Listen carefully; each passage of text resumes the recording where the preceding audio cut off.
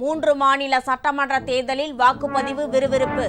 கேரளத்தில் முதல்வர் பினராயி, நடிகர்கள் மோகன்லால், மம்முட்டி, சுரேஷ் கோபி உள்ளிட்டோர் குடும்பத்தோடு வந்து வாக்களிப்பு.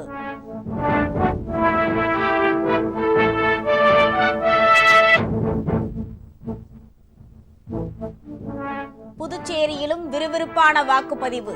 மோட்டார் சைக்கிளில் வந்து வாக்களித்தார் முதல்வர் ரங்கசாமி. துணைநிலை ஆளுநர் மற்றும் அமைச்சர்களும் ஜனநாயக கடமையாற்றினர்.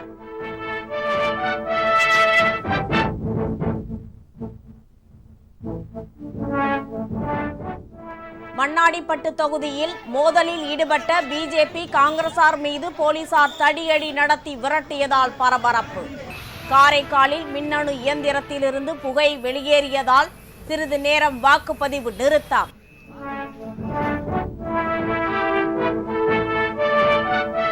அஸ்ஸாம் மாநிலத்தில் கொட்டும் மழைக்கு இடையே வாக்குப்பதிவு நடக்கிறது. 3 மாநிலங்களிலும் தேர்தலை திருவிழாவாக நடத்த வேண்டும் என இளைஞர்களுக்கு பிரதமர் மோடி வேண்டுகோள்.